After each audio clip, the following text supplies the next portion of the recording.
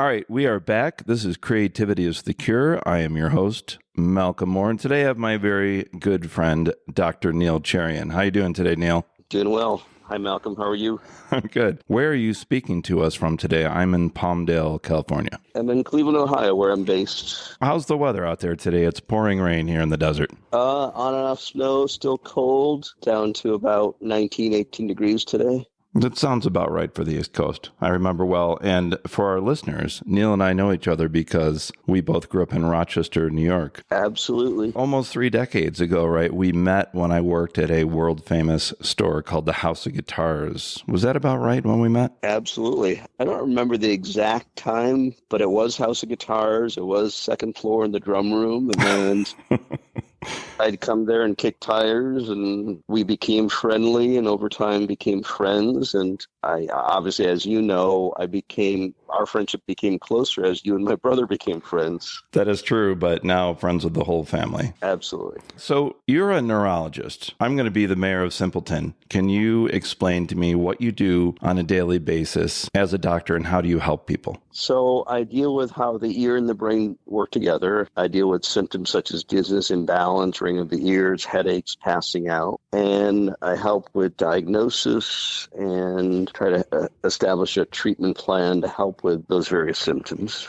So could you give us an example of something that might happen when you walk in tomorrow? What can be a typical patient and issue you need to help them solve? I get dizzy. I feel unsteady. Hearing's fine. I've seen all kinds of doctors, and they've told me that there's nothing wrong or they can't figure me out, and I'm frustrated and I don't know what to do. It's kind of a typical scenario.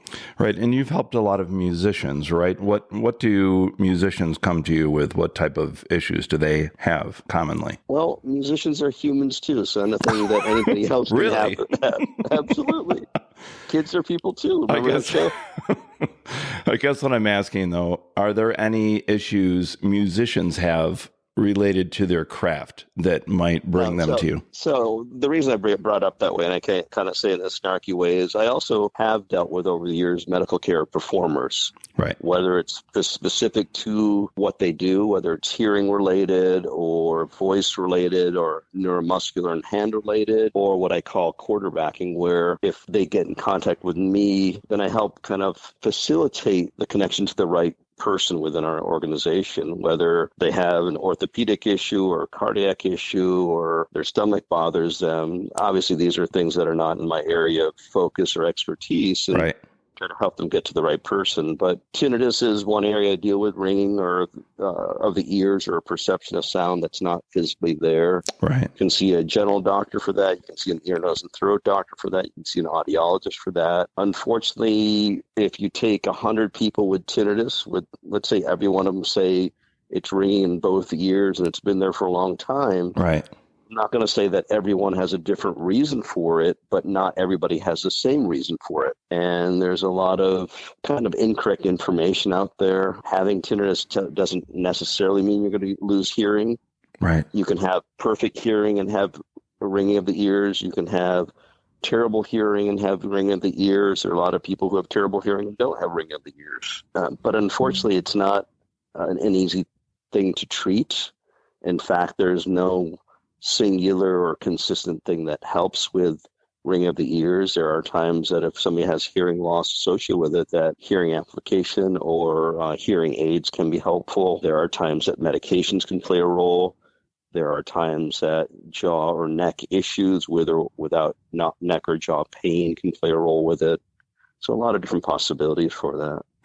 Right. And I want to ask you, partly because the age that you and I both are, we've seen a lot of changes. We've seen musicians that have gone from playing in arenas with big, giant, loud monitors that are damaging their ears to these days when a lot of people are wearing in-ear monitors. Do you think that in-ear monitors are safer and better? And are you seeing patients in better shape? Or do you think it's just a different type of thing that can damage people's ears? I think in-ear monitors can be a great tool. Unfortunately, in-ear monitors don't really come with an owner's manual per se, meaning I'm going to bring up a concept of a gun.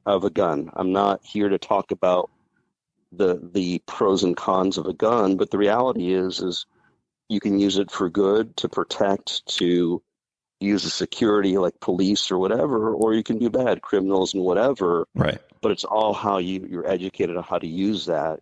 So you're saying it can be helpful or harmful depending on how you use it. Absolutely. In fact, there's some studies that were done from a psychoperception point of view of people who dialed in their comfort volume for a wedge on the floor speaker. Yeah. And they dialed in within 1 dB of the same volume in their in-ear monitor's loudness. Yeah.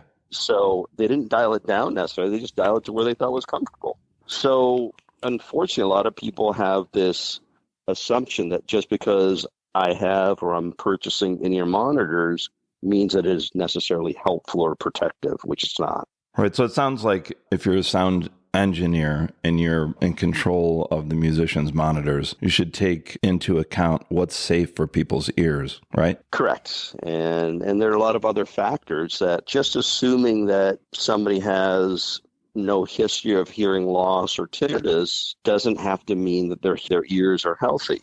Genetics, head trauma, medications, prior injuries, a lot of things can play a role with somebody's risk or presence of hearing dysfunction. Right. So you're making a great point that it's so complicated depending on who the person is and what their situation is. They should probably do some research and look into the best way to take care of their ears when they're performing on stage and in the studio, I guess, right? Absolutely. And we can talk philosophy and things, but the reality is if you can't hear, then it's kind of hard to be a musician, right? Yeah. And I say it in a facetious way or in a matter-of-fact way, but the reality is a lot of people in that world take it for granted or take it as an assumption that, yeah, I can hear, so it's fine. Right. And whether it's one-on-one in conversations I've had with patients or friends or reading from the literature or the internet or whatever, that I've heard all kinds of crazy stories like, oh, yeah, I protect my hearing. What do? I put tissue paper in my ears. Or years ago, I've heard of musicians who put cigarette butts in their ears to... Good God. Is that true? No, I didn't make it up. Yeah. Wow. All kinds of stuff like that. Okay. So everybody should take all kinds of things into account and be as safe as they can. I do worry about the younger generation that I see in the workplace when I work at a school. A lot of young people have the AirPods on and I can hear the music blasting. And I worry about the younger people blowing their hearing out before they even get to my age. Yep. So a lot of layers of conversation there. One is kind of like the analog of screen time is ear time. I mean, kids have headphones on, AirPods on, and these aren't anti-brand or Apple or whatever. It's a device. So whether you're putting it in your ear, around your ear, over your ear, or on a desk or in your environment, it's still forms of exposure. That's fascinating. It's almost like a kid. Oh, but it's not on an iPad in front of my face. It's on a TV 10 feet away. It's still screen time. Yeah. Wow. So it goes beyond the idea that maybe you should spend some time reading a real book or taking a walk outside without all this stuff to gain some perspective. Absolutely. And other layers of it are exposure time. Yeah. And there are times people will be in a situation and be like, this is really loud. They may not say it, but they may think it. And if there's a little light bulb in your head that says, is it too loud? It probably is. Yeah, just like the old days, we go to a concert and come back, our ears were ringing. Yeah. That's a bad sign. And what are the inconveniences of too loud? Oh, I didn't want to be the odd man out or look like the wimp. Oh, I didn't want to run to my car to get my earplugs or I forgot them. Right. I didn't want to look like the buzzkill kind of person or whatever. Peer pressure, huh? Peer pressure and ear pressure. We coined a new concept, maybe. Most people that I hear from believe that it's only the right side of the brain that allows us to be creative. And when I looked it up, it said that according to a popular view, creativity is a product of the brain's right hemisphere. Innovative people are considered right brain thinkers, while left brain thinkers are thought to be analytical and logical. Many people believe a myth floating around that there is a right hemisphere of the brain and that it is the sole keeper of creativity. What are your thoughts on these things? Lots of different things to think about, talk about. Yes, I'm a neurologist. Yes, I deal with diagnosis and elements of the brain. This may surprise you, but I don't know everything about the brain. And even the medical community doesn't know everything about the brain. But Right. with that, it is complex. Yeah, we can talk about generalizations that the right part of the brain controls the left part of the body and vice versa. But just to say that the right part is more creative and the left part's more analytic, let's say that's true. Right. But the reality is there's no singular place in the brain where creativity lives. It's actually what I call a distributed system. There are different elements that are dealt with in different parts of the brain, and you can talk about different aspects of creativity. Right. Whether it's the creation of something like a new song, the world premiere of the first song, the development of it, lots of different elements. But you can also talk in disease states that if somebody is born blind, does that mean that their occipital lobe, which is the back part of the brain that processes or deals with a lot of the processing of vision, not the only place, but a big part of it, does that mean that that place is out to lunch and doesn't work? No, it's used for other things. Well, the brain learns to compensate depending on the situation, correct? Absolutely. Another layer of that is when somebody has a stroke, there are times that other parts of the brain will pick up slack. The analogy I use is in the internet and web world, load balancing, that there's servers for the bigger company. They have servers all over the place, and one server is down, they'll reroute traffic to other locations. So the site is still up, but there's different elements, different routers, different servers that are active to make it all active all the time. And here, there's not situations where a big part of your brain is gone and everything's hunky-dory because the brain can cover it up. But there are times that processing and power is moved to different parts of the brain. Right. You know that I'm a drummer, and I can think of a situation if someone hires me to play drums for a musical, they'll often give me stems, which are pre-recorded tracks. That's in one of my ears. Sometimes there's a metronome in the other ear, but I also have to listen to the conductor and the rest of the band. I have to read the notation. I also have to count measures in my head. So to me, you know, when we grew up, when we were younger, you often heard the right brain, left brain. But a lot of the things I've been reading lately seem to say that it's a combination. And that makes more sense to me because all the different things that I just told you, it sounds like I'm using all different parts of my brain. What do you think? Absolutely. And I can make a joke here and say it's also right foot, left foot, right hand, left hand, that you're a drummer and you could probably do something different with every limb that you have. Yeah. Well, actually, on a serious note, I do private lessons. And often if I'm teaching a student who has some special needs, let's say they have Tourette syndrome and they have tics, a lot of times I will get them playing the drums. So to do that, you need both feet, both hands, and then I will ask them to sing with the song. And then two really cool things happen.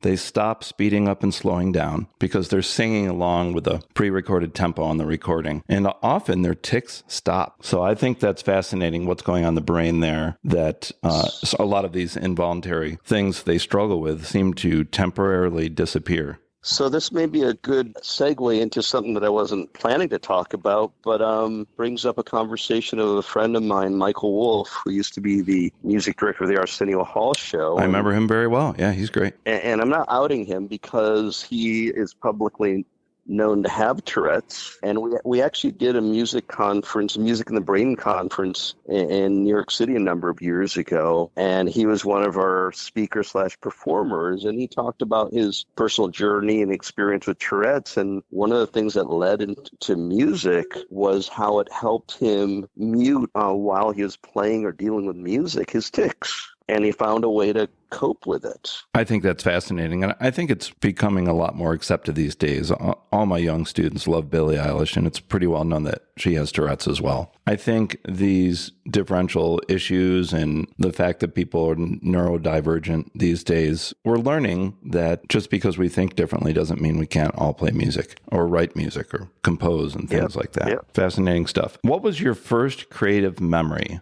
The closest thing I would say that I remember is my late father was an engineer and inventor and would always be fixing things and making things at home. And I remember when a toy of mine would be broken, he would fix it, and then I would watch him, and then got my own tools or borrowed his and there are times that when a toy of mine would break that I would try to fix it and would be successful. And then there was a time where I was bold enough that I would take toys that weren't broken and mix and match and put like a motor on a Tonka truck. You're one of those. I've had students that break things on purpose, and I say, well, nice job. Now you have to put it back together, figure it out. Yeah, I didn't break things in the beginning. It was only in the beginning I'd only kind of violate them, for lack of a better word, when they were already broken. You're more of a Dr. Frankenstein, though. You're taking a engine from one toy and putting it into another. That's pretty cool. Yes, I understand. You and I have something in common. We both really love music, and we mostly, when we talk to each other on the phone, that's what we get to after we ask how our families are doing. So how did you get in? How did you get into music? I think the quick answer is my father and I had a lot in common. Though I'm a doctor, I have an electrical engineering background also, and he was a mechanical engineer. And I look at the world from engineering eyes, and he was appreciative of music. He wasn't a musician himself, but he wanted to give us the gift of music. So my parents encouraged us and got us involved with music lessons early on. And I say we, my brother and sister also. And I'll use a 70s term. I think a 70s term is he was into hi-fis and stereos and things. And I remember these big, no joke, speakers that were probably 5.5 foot tall. Wow. And 400 watt aside amplifiers that he would get into his classical music, like Stravinsky's Firebird and all this stuff, and 1812 overtures. And that's a good one to test speakers with. Yeah, absolutely. And got into that stuff, and remember starting piano lessons in 4th grade. But I did the usual thing as a lot of kids do. I remember by about 8th grade, they threatened me with, hey, if you don't continue practicing, we're not going to pay for lessons. I stopped practicing. They stopped paying. But I hung out with friends, a group of guys that a lot of them are still close friends of mine. And we played guitar and we played basketball. And I think I became better at music than basketball. I was remain on the short side, but that's pretty good. But we be fluid between music and basketball stuff. So, were your parents creative? You just told me about your dad. What about your mom? Do you find that any of your creativity may perhaps come from your mom? Definitely, both are creative. Both very much thinking on their feet. One thing I often say is my mom can talk to anybody, anywhere, anytime about anything.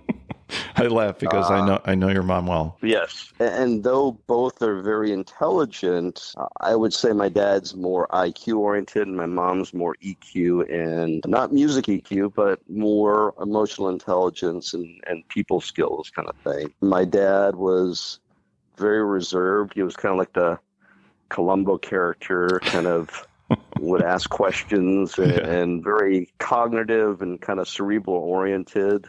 And he wouldn't engage with you if he didn't feel a commonality or an element of respect. But once you got him talking, he would start cracking jokes and probably wouldn't shut up. But my mom has kind of she would talk to anybody who seemed like they didn't even want to talk. Right. You're definitely passionate about music. Who are some of your favorite musicians and why? Who do you like to listen to? I remember when I first met you, you're pretty seriously into Sarah McLachlan. That's a funny period. That was later on. Actually, when we first met, I was probably more into Rush and Van Halen kind of stuff and things. Wow, I did not know that. Although I remember you telling me about Joe Satriani, and that makes sense. So you're into guitar players of that era who could really play circles around everybody else. So I'm 55 now. Got into music, at least piano-wise, in 4th grade. Though I think you said you called me a musician. I'm a closet musician. Right. I think I have good ears, and I know what I like when I hear it. I have a room full of equipment that collects a lot of dust. Unfortunately, I don't have the time that I want to commit to learning. There was a period, even probably 5 years ago, where I'd go on vacation and I'd take a music theory book with me because I've always wanted to reread it and learn it from scratch again because I don't know if I ever fully properly learned it. But I gravitated towards the guitar, and in my mind, I'm more of a guitar person, guitar player. My influences are Eddie Van Halen, Joe Satriani, Les Paul, and probably I'd say Eric Johnson things. Right, and you and your brother knew Les Paul pretty well, right? So Les was my Halley's Comet. I knew Les quite well for about the final 8 years of his life. First knew the name Les Paul when I was in 7th or 8th grade, same group of guys, and we'd talk about Les Pauls. And around the same time, I was taking junior high school French, and I thought it was Les Paul. I thought it was a thing, not a person. It's like a French thing. I actually told that story to Les. He laughed. He's like, yeah, I've heard that before. But then in terms of Les Paul, I come to know more about him and his influence on guitar and recording music, recording technology. Yeah, can I just pause for a second and say that I taught my middle school students about him very briefly a few weeks ago, and I showed how he and his wife had the multi-track recorders, right? It was on TV and just shocking everybody and showing how they worked. And he would play guitar and she would sing. Is that correct? Yep. Quick segues. One is he lived in Mahwah, and I've actually been to his house before. Where's that? Mahwah is northern Jersey, a little past Bergen County, Paramus and things. So probably about a half an hour from the George Washington Bridge. Right. And they actually had 2 recording studios in their house, and they actually recorded Listerine commercials. That I didn't know. But they were performance related. They would play music and sing. That is so cool. I didn't know they did the commercial. So just for Listerine? Yeah. If you Google or go on YouTube, you can see some of those old commercials. Oh, man, I got to check that out. So as another aside, and I will find out, Niven and I saw one of the original recording desks that he had made, and this a stack of 8 different multi-track units all in one. Wow. And that was recently donated to or sold to a recording studio in LA, and they're trying to do it as a educational thing. And if I can find out where it is, at least you, if not your class, I can find a way to kind of get you to be able to visit it possibly. That would be really cool. That sounds fascinating. But actually, speaking of education and music, you know the stuff that little Steven does, right? Of course. And teach rock. And by the way, I get those emails all the time. I use his lesson plans are incredible. And if you're a teacher like me, and everybody knows we're just overburdened and insanely busy, if I don't have time to write up a lesson plan, I'll grab one of those and customize it. And they keep getting better and better. And they're absolutely fascinating. Just to tell everybody, they come with a lesson plan, supplemental videos, printouts, lessons. I mean, what he has contributed to the education and teachers of our country is amazing. I think he got a grant during the Bush administration, and since then been helping teachers all over the world and kids.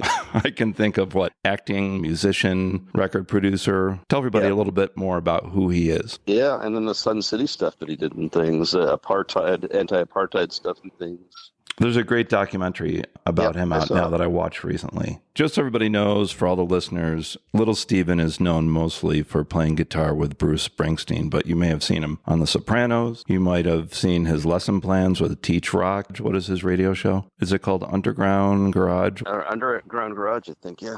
Yeah. I mean, I don't know how the guy finds enough time during the day to do all these things. Our friends, the Chesterfield Kings, are on his label too, right? Absolutely. Here's a big question I have for you, Neil. Do you think creativity could be implemented in curing people or helping people with mental health struggles like depression or anxiety? Any specific insight that you have on that, or what you've maybe seen over the years as a neurologist? The quick answer is yes, creativity is helpful for issues with the brain. I'm not going to say that I have direct experience with that, more secondhand experience with it, but anything that exercises the brain, like a muscle and working on the gym. If you do it properly, when we talk about the muscles of an arm or something, if you do it properly, it can be helpful. And here, things that are about wellness, things that when we talk from a general health point of view, that provides good sleep, good nutrition, exercise, things like this are all good for the brain. Creativity, shooting hoops in your mind, things that translate from physical to in your head or vice versa. So you're referring a little bit to visualization, right? Visualization, yeah. I mean, there's research that was done looking at basketball players and people who would shoot hoops in their head versus people who didn't actually did better when they were actually physically shooting hoops when they thought about it in their head. Right. Yeah, that's absolutely fascinating. There's a quote I read recently. I want to ask you what you think. This was by Aretha Franklin. She once said, "Music does a lot of things for a lot of people. It's transporting for sure. It can take you right back, years back, to the very moment certain things happen in your life. It's uplifting, encouraging, and it's strengthening." I thought that was a really cool quote, but I also thought I remembered the time that as the great singer Tony Bennett was starting to lose his memory. At that time, Lady Gaga had been singing with him a lot, doing duets, and they said that often he'd get to the arena or the stage or the venue. He didn't know where he was, he didn't know what he was doing, but as soon as she started singing the songs, he could remember all the words and get through the concert. Have you ever heard any stories like that? Similar to that, but I would look at that as retrieval cues. We can look at it as healthy and normal human day-to-day life, or like you said with Tony Bennett. So retrieval cues, you'll hear a song and all of a sudden it transports you to when you first used to hear that song, whether it was the beginning of a new relationship, when you were a kid, or eating your favorite food, that it transports you to like back to then. Right. And those are, unfortunately, retrieval cues can be positive or negative. Right. Encapsulating good memories or bad memories. Yeah, that's true. So think about memory as storing it in a box, that there are other things based on how the brain processes information and tucks memories away. It's not like a computer. It's not linear, and it's very complex. And I would say even memory scientists and neuroscientists don't know everything about memory. Yeah. But with that, we know that it's not a linear thing, like things that begin with A go over here and B's over here. But there are times that other things get tucked away. And imagine like pulling that box off the shelf and you see other things that may have occurred around the same time or relate to the same idea that all of a sudden come out together.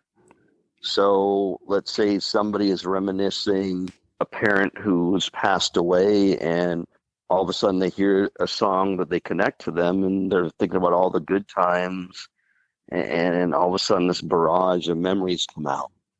And it's that retrieval cue idea.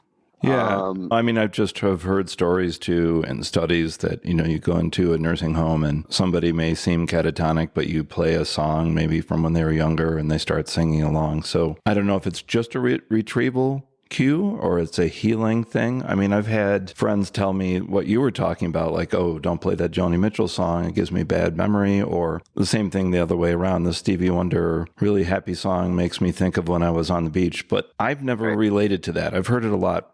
It helps me access emotions, and I almost use it as a tool. Like if I'm cleaning, I might put on a certain thing. If I'm writing a paper, something different, I use it more as a tool for myself to access things that are not usually easy for me. So it sounds like from what you're saying, it can be a lot of things to a lot of different people. Yes, but the other layer of it, we were talking about the Tony Bennett part is, so let's say a kid is learning to memorize something, whether it's a school project or Pledge of Allegiance or whatever. Yeah. And let's say they're nervous, they're on stage, and you give them the first two words, and all of a sudden they're up and at 'em. And you know this as a drummer, that when you're learning a new piece, you have to think about it really hard. Yeah.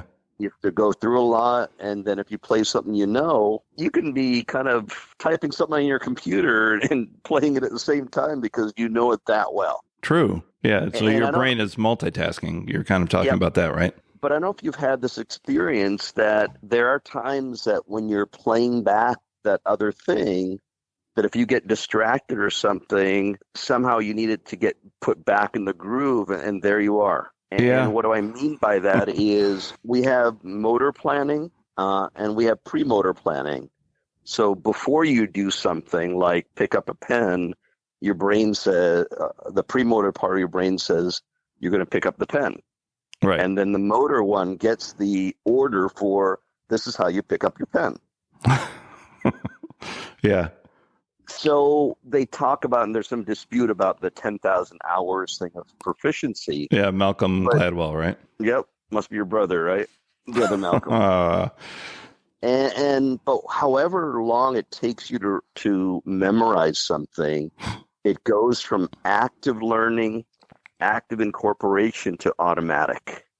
Okay. And the automatic memory, if you lose it's kind of like saying I've physically put this folder in the file cabinet. Right. But then later you go there and the tab is fallen off. You can't find it. You have to kind of search through it. But once you find it, there it is.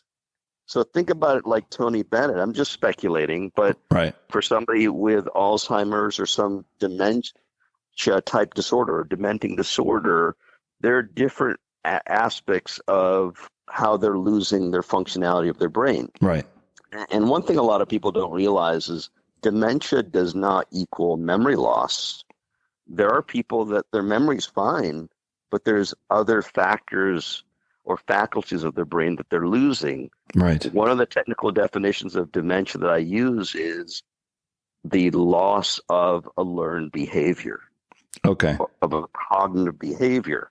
One way to think about it is the actor Bruce Willis. Technically, he doesn't have a memory problem. He has a variant called primary progressive aphasia, where he actually loses the ability to understand or process or create language. Okay.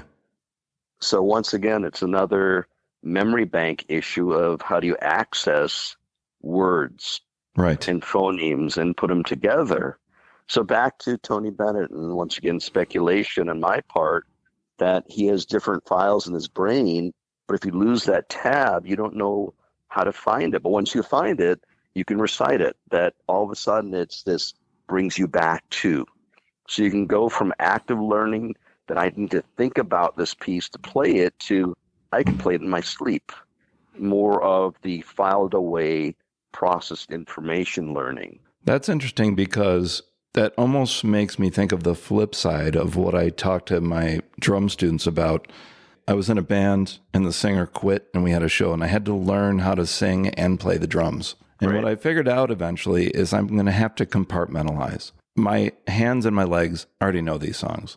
So I can kind of file them away, like you said, so I can focus on sitting up, correct pitch, and remembering the lyrics. So do you think that's the same mechanism you're talking about with filing away? The quick answer is I would say, yeah. It's different people learn differently, and different approaches help different people accomplish that. So, yeah. Either way, it's absolutely fascinating what we're talking about and all the different ways that a brain can adjust to a challenging issue. So back to your question for me about can creativity help people dealing with various brain disorders and things? The answer is yeah, or whether it's a mental psychological disorder, a mood disorder. Yeah. And the one thing I say in a kind of a lighthearted way, people will say, oh, you're a psychiatrist. I'm like, no, I'm a neurologist. And I would say things like the brain is the house of the mind, that the brain is the physical structure, but the mind is what we think of that comes together from all these different parts of the brain for working together. Yeah, I can see why they would be confused with people, but it's good to have the discussion. And the other reality is, not that I'm an expert in mood disorders or anxiety and depression, but obviously it's very common. But I would say a little more powerful a statement that anxiety is almost inherent to being human. Tell me about it. Meaning Think about it as motivation or lack thereof. If a person is going to do a speech, they may get anxious. Right. And that anxiety, if it's held at bay and used properly, can actually motivate them to do better work, to be on task, to be focused, to show up on time, to do their homework and deliver a good speech. And it's that bell curve that too little anxiety is not good and too much anxiety is not good. Finding the balance. Absolutely. And I think you're also reminding me of, I don't know if you know this story, but when your brother and I moved here in 2013, at one point he dared me to do groundlings. And people out there don't know what it is. It's a improv. It's a really famous, one of the famous improv groups where people like Tina Fey and Paul Rubin started. And I obviously had anxiety because here I am going to these people. A lot of them are well-known or upcoming comedians and actors. And I was terrified and I had anxiety. But one of the things I learned right away is to access that anxiety and use it to reach emotions that I needed to perform. So I think you're bringing up a great point that people can use all this in so many different ways to help their situation. I almost look at that as martial arts of the mind. I mean, martial arts is like taking their physical energy and using it against them. It's, you're going to throw a punch, I'll help you throw that punch. And I'll pull that momentum that it actually makes you fall over. It's a new way to look at the art of war. The anxiety that I feel or I feel from you, that it's going to fuel the interaction. And comedy, obviously, I've listened to a number of your podcasts, and I think you're doing a great thing, and I love your series, and I thank you for including me. Yeah. And I know, especially with Jon Manfrellotti, who I've spent a little time with you guys. He's a funny guy. I know. Yeah, and heard a lot from you guys, and haven't met Tom, but have listened to the podcast. A lot of the conversations revolve around comedy. And for me, as I think of that I'm funny. My wife doesn't think I'm funny, but I guess that's par for course. But I have a lot of interest in comedy, not to become a comedian, but of listening to comedians out there and analyzing it. And I actually had the opportunity to see my friend Michael Winslow last night in Erie, Pennsylvania. Oh, yeah. What was he doing, by the way? And tell everybody, because some of my younger listeners don't know who he is, but they should. So the quick way I help orient people who either doesn't know the name or doesn't recall the name is, I'll say he's the guy who does the sound effects with his mouth from Police Academy. Yeah. Officer Larvell Jones. So Michael Winslow, actor, comedian, still out there doing live comedy. It's technically a form of physical comedy. It's all voice and sound effects that he does. And still when he does the Jimi Hendrix, though, that one always blows me away. Yeah. He didn't do Hendrix last night, but he did some Prince stuff, Purple Rain, and some other stuff. He's a very musical guy, too, which I didn't know until you really turned me on to some of his other work other than Police Academy. Yeah. Yep. I've known him for a number of years, and we've talked about a number of different ideas, and good guy, good friend, and definitely a creative person. And yep. You know what's interesting about comedians, though, I found I've been lucky enough to meet some really funny and well-known comedians. What I see, though, a lot is, like, you're a very funny guy. I've been laughing all the way through this. But a lot of people that do it for a living, when they watch another comedian say something really funny, they do not laugh. They just go, that's funny. The only couple of comedians I can think of that actually laugh were, Robin Williams. And I love watching Bill Hader on Saturday Night Live when he can't keep it together because he's laughing. Yeah. It almost reminds me of Manfrellotti and that curmudgeonness of him. It's the... I'm a sensei of comedy and not a lot impresses me kind of thing. I don't know. There's a little bit of that too. So I'm sure you've heard of Oliver Sacks, the best-selling author. He was in New York City in the Bronx. Okay. He's actually passed away, unfortunately. I've met him before and seen him speak before. And actually, I think you were alluding to it earlier that he had a movie called Awakenings. Oh, man. Wonderful where movie. He played music and people would kind of get out of these trances and Some of them were Parkinson's patients, and talked about the ability to kind of wake up the brain. Right. And if I remember correctly, portrayed by Robin Williams, and then the patient, Absolutely. the patient was Robert De Niro, right? Yes. Wow. That's a good beginning if you want to check out who he was. And in fact, I've been listening in the car on Audible to Music Ophelia. Great book. Yep.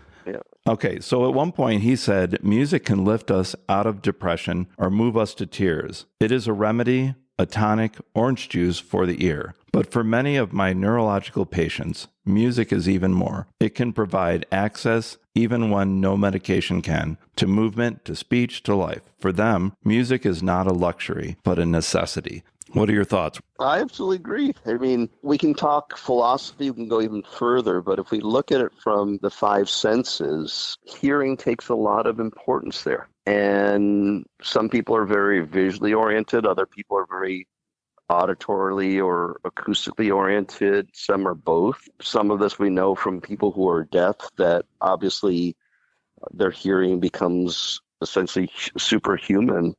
Right. That, like a computer, there's different inputs, the mouse, the keyboard, tablet, and auditory means a lot. I don't know if it's known in the neuroscience community, but for some reason, music is one of the few stimuli that can actually stimulate the entire brain. Wow, that's really cool. Yeah. And there must be something innate that speaks to that, because not only is it what we just said, it's also part of every society, every civilization, human civilization. Good point. It's part of culture, it's part of government, it's part of ritual, it's part of death. Our mutual friend, Christine Stevens, I remember she always taught me that the first percussion instrument was the human heart, the rhythm. Yeah, I was going to say, kind of, it was a drive-by interview of sorts. Somebody through a noted group reached out to me at work and said, what is the most important or primal sound? And I couldn't come up with that. But then later I realized it's probably a baby hearing the mother's heartbeat. Yeah, that definitely works. Something primal, something intrinsic. Yeah, that's incredible. This is by Mitchell Gaynor, a doctor who wrote something called Sounds of Healing. Okay. It says, you can look at disease as a form of disharmony, and there's no organ system in the body that's not affected by the sound of music and vibration. Okay. What do you think as a doctor that you can look at disease as a form of disharmony? Well, one thing I look at, so once again, I deal with dizziness, imbalance, and some other things, but you can look at imbalance as a physical, I'm unsteady, I fall over or feel like I'm going to. Right. But you can also look at it from a chi point of view. In an Eastern medicine sense, you can look at it as a Western medicine sense, that when things are well balanced, things make more sense. Yeah. When I eat a balanced meal, when I go to sleep and get a certain amount of sleep, when I exercise, that I feel better, my mood is better, I have more energy, that we live, our bodies are complicated systems that have no one magic answer. And I think that's one of the reasons why different people find their help medically from different types of practitioners. Some people, a lot of people are Western oriented, others are more healing and Eastern oriented. And that's why if you look at some of the more complicated disorders that we deal with, like cancers, that there's not always, if there's a cure or help, there's not always the same answer for the same person, for every person, for the same type of cancer. Somebody will have a positive reaction to a new drug. Somebody will have a positive reaction to an old drug. Somebody will have a benefit from eating some kind of food or something. Right. And I think this is just a testament to the complexity of the human body. And with that there's all these microcosms of balance and imbalance. And once again, talking Eastern and Chi and whatever, that there's complexity there that we don't even understand. Yeah. Well, that's why we're here talking about it, right? Yeah. All right, Dr. Neil Cherian, thanks for coming on. And I look forward to the next time we talk. Would you be willing to come back in the future? Absolutely. Anytime. All right. Thanks, Neil.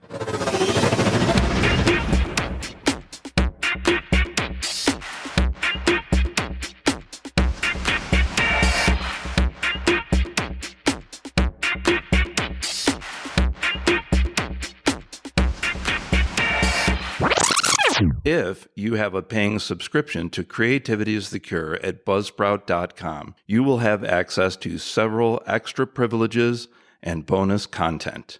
Thanks for listening. Over.